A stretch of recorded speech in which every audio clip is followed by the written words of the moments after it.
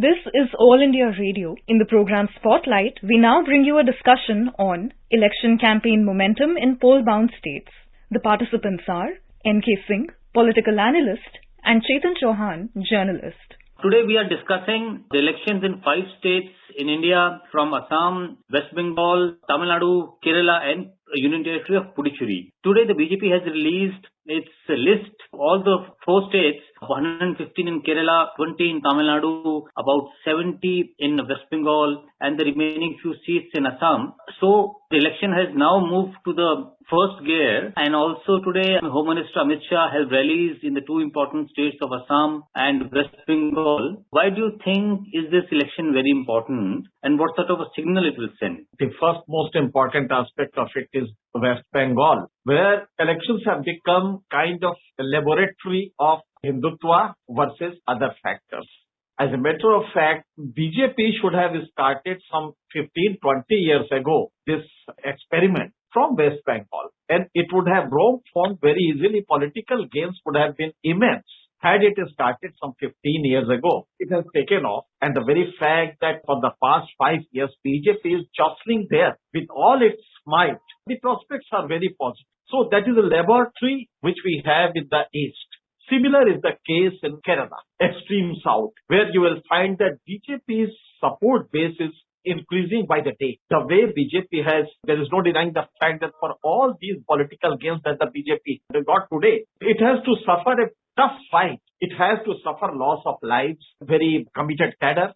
All these years they have been jostling there, and the counter political forces, they have been into a bloody war against the BJP's expansion. That precisely is why the election results in these 5 states, and particularly in extreme south, that is Kerala, and in West Bengal. And West Bengal, it is a laboratory. Why I am saying it is a laboratory? For positive Hindutva. It is all through some 70 years that a particular appeasement policy had taken place. The powers that be 7 decades, they had been pursuing a typical type of so-called secularism, which was pseudo-secularism, with the result, and that was obviously for political gains, because if you see the Human Development Index, if you see the welfare parameters, you will find that all these years, the communist regime of several decades, before that Congress, even after communist Mamata regime, they have never catapulted the society's lot to a different genre, to a different plane. That being the situation, today it has become a laboratory of how pseudo-secularism versus a real secularism, but even for Hindutva, it is a laboratory. And extreme east, that is West Bengal, and on the other hand, you will find it in extreme south. So in both these states, these elections are going to be very crucial. Well, I won't say the same electoral turnout BJP is going to gain in West Bengal will also be replicated in Kerala. But the way BJP has taken off in Kerala, it is really a kind of perseverance they have shown, with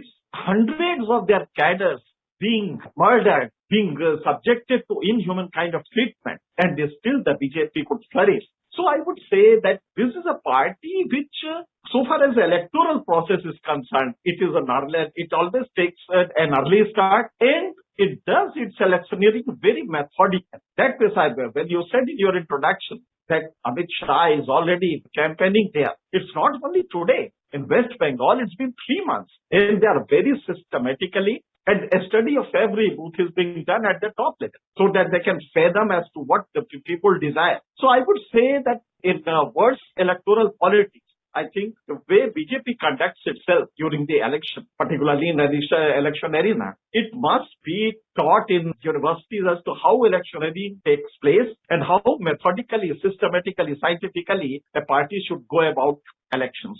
Mr. Singh, you pointed out the political violence in Kerala. A large number of BJP RSS workers have been killed. To put the point in perspective, in the violence, the left and the Congress workers have also died. And West Bengal, the BJP as of now has only 3 assembly seats. So it will definitely do much better than that, because in the last Lok Sabha elections, they had about 40% votes, the caste, which was just about 3% less than what the TMC got. And this time, there's a lot of perception, a lot of talk that the BJP will be able to catch up with that 3% votes, and it is a very close contest in West Bengal. Kerala, the BJP only had one MLA. Vote percentage was also low, both in the last assembly elections as well as the last Lok Sabha elections. So I'm sure that they will surely do well than their past performance.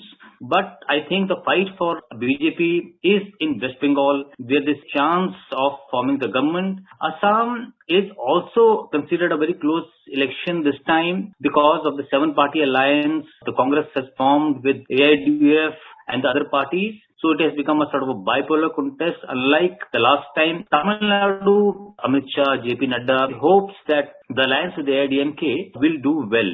Today, the BJP in West Bengal, they have fielded at least 5 sitting members of parliament, including the Rajya Sabha MP. Does this indicate that the BJP is taking this election very seriously? On the other hand, in Kerala, the Congress has also fielded its Lok Sabha MP, Mr. Muralidharan, from the assembly constituency which was won by BJP for the last time. Do you think that this election, both the BJP and its opponents are putting the best effort into it? Congress has lost that fighting zeal a political party must have. It is sine qua non for a political party to have that zeal, to contest, to go to the masses, go deep into the issues, generate mass collective consciousness of people, and then educate public mind. That is the sine qua non, that is the precondition for a political party to survive. Now your first issue, you said even Congress and Marxist workers were also killed. See, that was not the case initially. Initially what happened,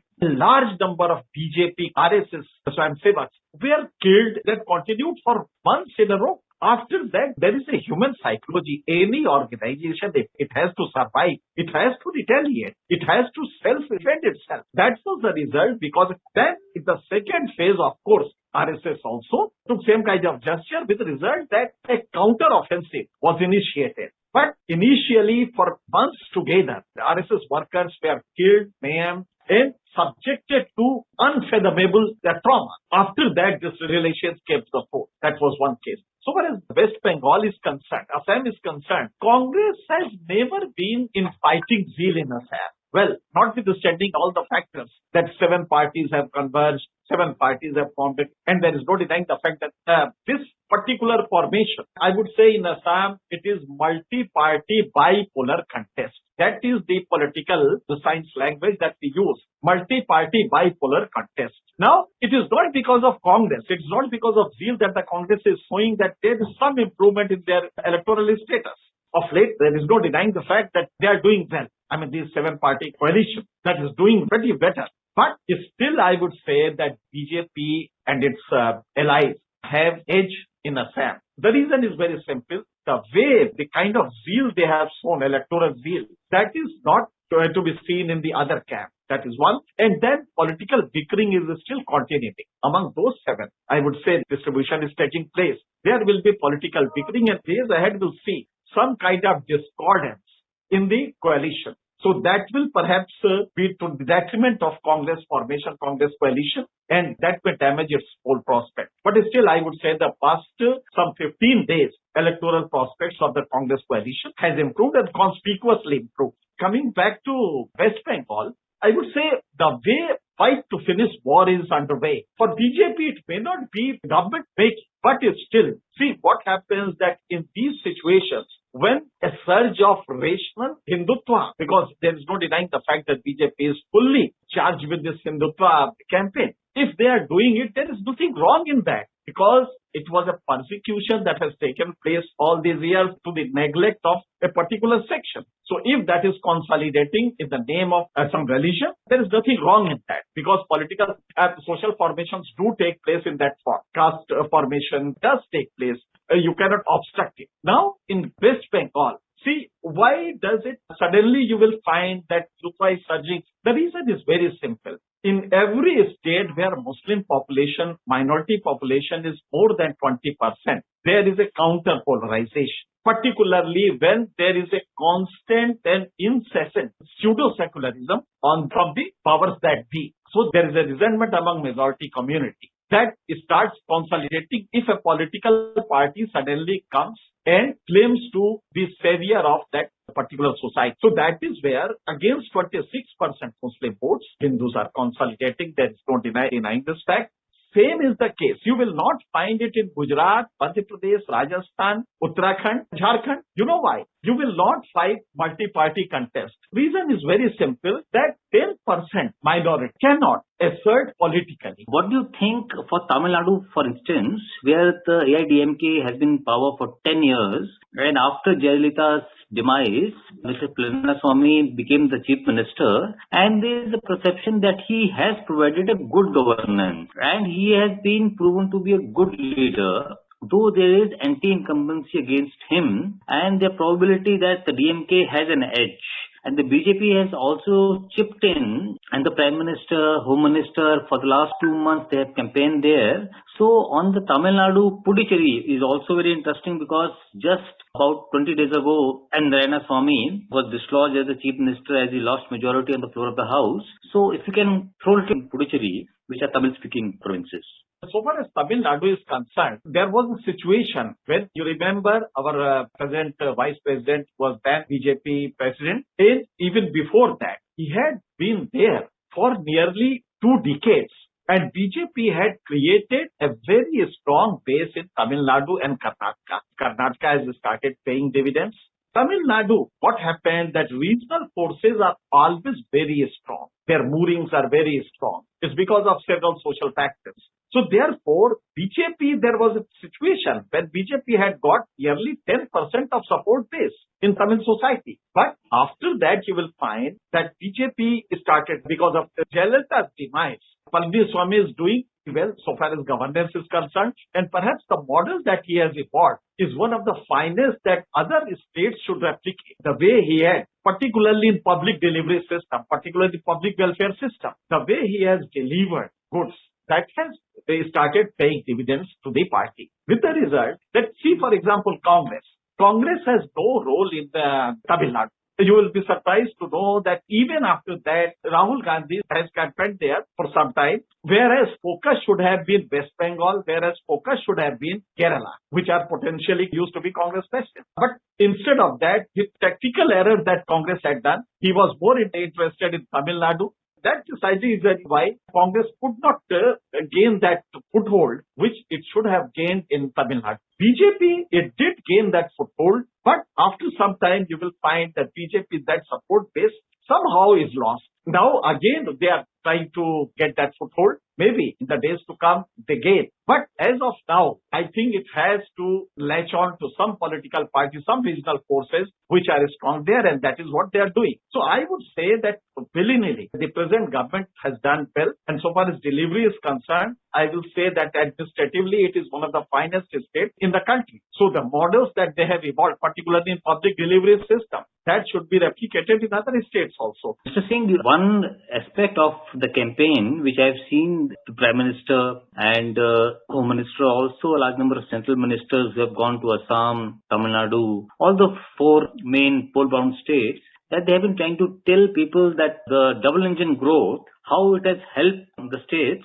So do you think that this double engine growth campaign will work for BJP? To my mind, doctrine of double engine. See, the way Prime Minister had started telling this to people in almost every election campaign, the reason perhaps he has been facing this problem, perhaps we don't realize, particularly the Prime Minister who envisions, who makes a lot of plans, he is having a problem in implementing the projects that he has launched. I would say the way Prime Minister had of late given certain plans, particularly you see, the way it is all because of non-functioning state governments, that most of the plans of the central government are dying at the altar of malfunctioning at the state level. You know, the reason is very simple. Say, for example, Fasal Bima Yojana. It was one of the finest farmers' benefit plans. They suffer the non-functioning state government's casualness. So if it is the same party which is ruling a state, we will see amazing elections in the 4 states, and people will be eagerly waiting for May 2nd when the results will be announced. Thanks a lot, Mr. Singh. Thank you. You were listening to a discussion on election campaign momentum in poll-bound states.